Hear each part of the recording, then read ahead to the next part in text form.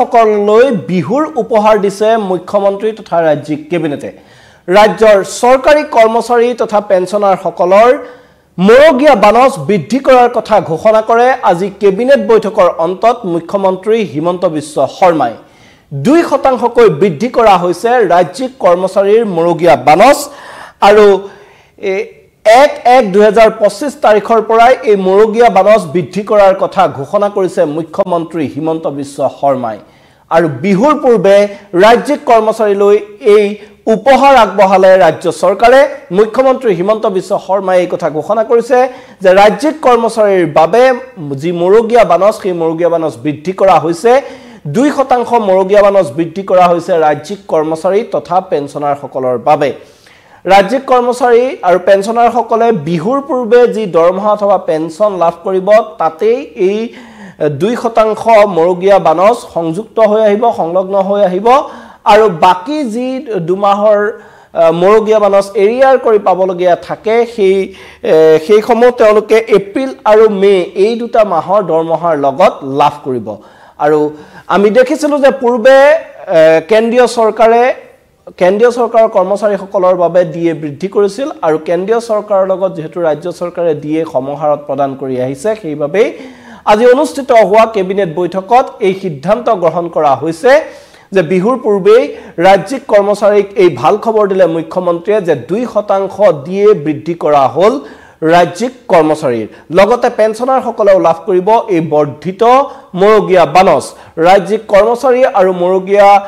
ৰাজ্যিক কৰ্মচাৰীৰ এই মৰগীয়া বানচ বৃদ্ধি কৰাৰ কথা ঘোষণা কৰি মুখ্যমন্ত্ৰীয়ে জনাইছে যে পূৰ্বৰে পৰা যেহেতু কেন্দ্ৰীয় চৰকাৰৰ সমহাৰত ডিএ প্ৰদান কৰি আহিছে ৰাজ্য চৰকাৰে আৰু ইতিমধ্যে কেন্দ্ৰীয় কেবিনেটত সিদ্ধান্ত গ্ৰহণ কৰা হৈছিল কেন্দ্ৰীয় চৰকাৰৰ কৰ্মচাৰী সকলৰ ডিএ বৃদ্ধি কৰা হৈছিল আৰু তাৰ পিছত এবাৰ ৰাজ্য চৰকাৰৰ কৰ্মচাৰী তথা পেঞ্চনাৰ সকলৰ বাবে ডিএ বৃদ্ধিৰ সিদ্ধান্ত লৈছে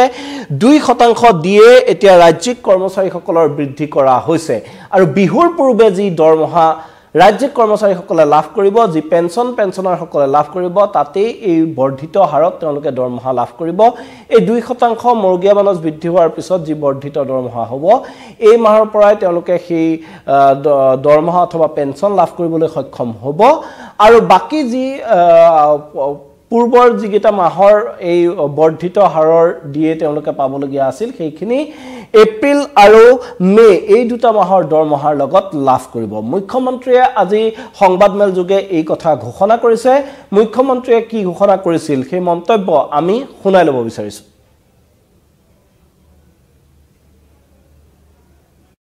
অসম চৰকাৰৰ কৰ্মচাৰী আৰু আমাৰ পেঞ্চনাৰ সকলৰ বাবে 2% ডিয়াৰনেছ এলাউন্স আমি ঘোষণা কৰোঁ সো এতিয়াৰ পৰা ৰাজ্য চৰকাৰৰ কৰ্মচাৰী পেঞ্চনাৰ সকলোৱে 2% তেওঁলোকে ডিয়াৰনেছ এলাউন্স পাব 1/1/2025 পৰা ই কাৰ্যকৰী হ'ব আমি এই মাহৰ দৰমহাত বিহুৰ আগতে পোৱা দৰমহা 2% দিয়ে সংলগ্ন কৰিম কিন্তু যেটো এৰিয়াৰ হেতু আমি এপ্ৰিল আৰু মে দুটা মাহত আমি তেওঁলোকক দিম অসম চৰকাৰৰ কৰ্মচাৰী আৰু আমাৰ পেঞ্চনাৰ সকলৰ বাবে 2% ডিয়াৰনেছ এলাউন্স আমি ঘোষণা কৰোঁ সো এতিয়াৰ পৰা ৰাজ্য চৰকাৰৰ কৰ্মচাৰী পেঞ্চনাৰ সকলোৱে 2% তেওঁলোকে ডিয়াৰনেছ এলাউন্স পাব 1/1/2025 পৰা ই কাৰ্যকৰী হ'ব আমি এই মাহৰ দৰমহাত বিহুৰ আগতে পোৱা দৰমহা 2% দিয়ে সংলগ্ন কৰিম কিন্তু যেটো এৰিয়াৰ হেতু আমি এপ্ৰিল আৰু মে দুটা মাহত আমি তেওঁলোকক দিম নিশ্চয়কৈ ৰাজ্যিক কৰ্মচাৰী সকলৰ বাবে এটা অতি সুখবৰ এটা অতি ভাল লগা খবৰ আৰু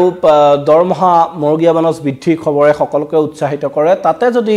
জাতীয় উৎসৱ বিহুৰ প্ৰাক্ষণত এই খবৰ লাভ কৰে সকলোৰে মন অধিক ভাল লাগিব আৰু সেই উদ্দেশ্যে ৰাজ্যিক কেবিনেটে আজি এই সিদ্ধান্ত গ্ৰহণ কৰিছে ৰাজ্য চৰকাৰৰ কৰ্মচাৰীসকলৰ মৰকীয়া বানচ ইতিমধ্যে চৰকাৰে বৃদ্ধি কৰিছে আৰু এইবাৰ বিহুৰ পূৰ্বে যি দৰমহা লাভ কৰিব তাতে মৰকীয়া বানচ বৃদ্ধি হ'ব আৰু সেই বৰ্ধিত হাৰত তেওঁলোকে সেই মৰকীয়া বানচ সহ দৰমহা লাভ কৰিব ৰাজ্যিক কৰ্মচাৰীসকলে সমান্তৰালকৈ ৰাজ্যৰ যিসকল পেঞ্চনাৰ আছে তেওঁলোকেও সেই সুবিধা সেই বৰ্ধিত হাৰৰ যি মৰকীয়া বানচ আছে সেয়া লাভ কৰিব আৰু বাকি যেহেতু কোৱা হৈছে যে 1 জানুৱাৰীৰ পৰাই 2025 চনৰ 1 জানুৱাৰীৰ পৰাই এই মৰকীয়া বানচ বৃদ্ধি কৰাৰ সিদ্ধান্ত লৈছে ৰাজ্যিক কেবিনেটে সেই কাৰণে 1 জানুৱাৰীৰ পৰা বাকি যি খিনি সময়ৰ তেওঁলোকে মৰকীয়া বানচ লাভ কৰিব সেয়া এৰিয়াৰ হিচাপে তেওঁলোকে পৰৱৰ্তী এপ্ৰিল মাহ আৰু মে মাহৰ দৰমহাত সেয়া লাভ কৰিব ৰাজ্যিক কৰ্মচাৰীসকললৈ বিহুৰ এই উপহাৰ এটা মুখ্যমন্ত্ৰীয়ে প্ৰদান কৰিছে আজি কেবিনেটত এই সিদ্ধান্ত গ্ৰহণ কৰা হৈছে মই পূৰ্বে কৈছো যে যেহেতু কেইদিনমান পূৰ্বে কেন্দ্ৰীয়